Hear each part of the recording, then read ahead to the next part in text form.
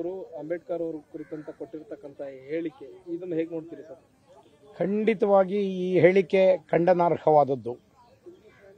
ಅವರು ಏನೇ ಹೇಳಲಿ, ಅವರ ಮನಸ್ಥಿತಿಯನ್ನು ಅಂಬೇಡ್ಕರ್ ಅವರನ್ನ ಕುರಿತಂತೆ ಯಾವ ರೀತಿಯ ಅನಾದರಣೆಯನ್ನು ತಳೆದಿದ್ದಾರೆ ಅನ್ನೋದು ಈ ಸ್ಟೇಟ್ಮೆಂಟ್ನಿಂದ ದೇಶಕ್ಕೆ ಗೊತ್ತಾಗ್ತಾ ಇದೆ. ಅಮಿತ್ ಶಾ ಅವರಿಗೆ ಕನಿಷ್ಠ ಅಂಬೇಡ್ಕರ್ ಬಗ್ಗೆ ಗೌರವ ಇದ್ದದ್ದಾದರೆ ಕೂಡಲೇ ಕ್ಷಮೆ ಕೇಳಿ ನಾನು ಇಂಥ ಮಾತನ್ನು ಆಡಬಾರ್ದಾಗಿತ್ತು ಅಂತ ಹೇಳಬೇಕಾಗಿತ್ತು. ವಿರೋಧ ಪಕ್ಷಗಳ ಬೇಡಿಕೆ ಕೂಡ ಅಷ್ಟೇ, ಅಮಿತ್ ಶಾ ಅವರು ಕ್ಷಮೆಯನ್ನು ಕೇಳಬೇಕು ಅಂತ ಹೇಳ್ತಾ ಇದ್ದಾರೆ.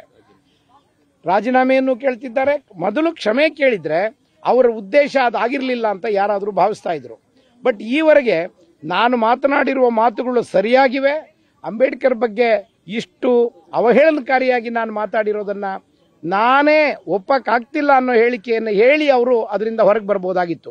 ಆದರೆ ಅವರ ಉದ್ದೇಶ ನಾನು ಹೇಳಿರೋ ಹೇಳಿಕೆ ಸರಿಯಾಗಿದೆ ಅಂತ ಹೇಳುವ ರೀತಿಯಲ್ಲಿ ಇರೋದ್ರಿಂದ ಅವರು ರಾಜೀನಾಮೆ ಕೊಡಬೇಕಾದದ್ದು ಖಂಡಿತವಾಗಿ ಅರ್ಹವಾದ ಕೇಸು ಅದು. ಆದ್ದರಿಂದ ನಾನು ಕೂಡ ವೈಯಕ್ತಿಕವಾಗಿ ಅಂಬೇಡ್ಕರ್ ಅವರ ಮೇಲೆ ನಡೆಯುವ ಯಾವುದೇ ರೀತಿಯ ಅವಮಾನವನ್ನು ಸಹಿಸಿಕೊಳ್ಳೋದಕ್ಕೆ ಸಾಧ್ಯ ಇಲ್ಲ.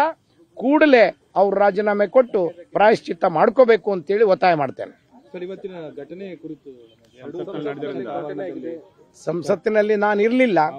ಇಂಥ ಘಟನೆ ಅಚಾತುರ್ಯವಾಗಿ ನಡೆದು ಯಾರಿಗಾದರೂ ಗಾಯ ಅಥವಾ ಇತ್ಯಾದಿ ಆಗಿದ್ರೆ ಖಂಡಿತ ಒಪ್ಪತಕ್ಕ ವಿಚಾರ ಅಲ್ಲ. ಆದರೆ ಅದು ಯಾವ ರೀತಿ ಆಯಿತು, ಉದ್ದೇಶಪೂರ್ವಕವಾಗಿ ನಡೆದದ್ದೋ ಅಥವಾ ಆಕಸ್ಮಿಕವಾಗಿ ನಡೆದಿದ್ದೋ ಅನ್ನೋದನ್ನು ಪರಿಶೀಲನೆ ಮಾಡಬೇಕು. ಅದನ್ನು ಪರಿಶೀಲನೆ ಮಾಡಿ ಮುಂದಿನ ಕ್ರಮ ಪಾರ್ಲಿಮೆಂಟಿನ ಸ್ಪೀಕರ್ ಅವರು ತಗೋಬೇಕು. ನ್ಯೂಸ್ ಫಸ್ಟ್ ನಿರ್ಭೀತಿಯಿಂದ ನಿಮ್ಮ ಪರವಾಗಿ.